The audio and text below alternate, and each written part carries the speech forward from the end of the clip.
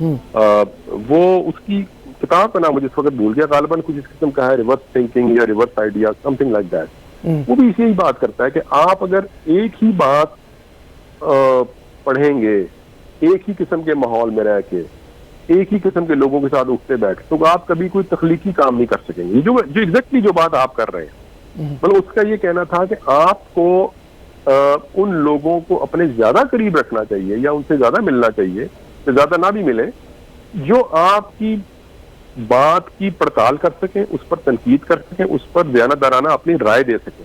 یعنی ہاں میں ہاں ملانے والے لوگ، مطلب کہ اگر آپ رائٹ ونگ کسی دائیں بازو کے گھرانے میں، مذہبی گھرانے میں پروان چڑھے ہیں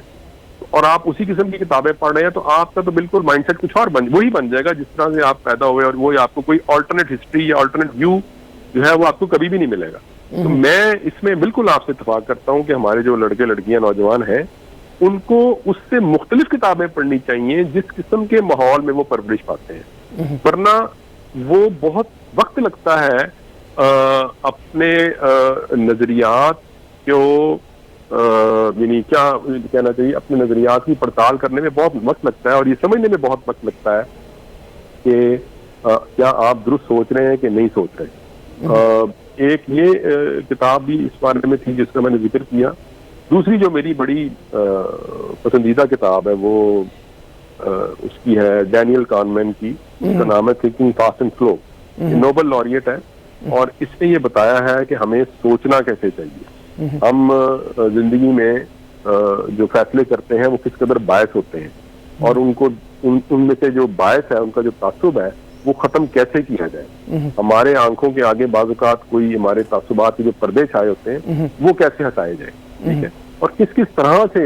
وہ انسانی نفسیات کی مثالیں دے کر اور ریسرچ پیپر کی مثالیں دے کر اس نے بتایا. اٹس اے فیسینیٹنگ بک. مطلب اگر، اور یہ عام بالکل مل جاتی ہے، اور یہ روزانہ پڑھنے والی کتابوں میں سے ایک ہے. تو میں تو چاہتا ہوں کہ اس قسم کی جو کتابیں ہیں نا وہ ہماری درسگاہوں میں پڑھائی جانی چاہیے، جس سے ایک جو کہتے ہیں نا انلائٹمنٹ ہو، لوگوں کو روشن خیال.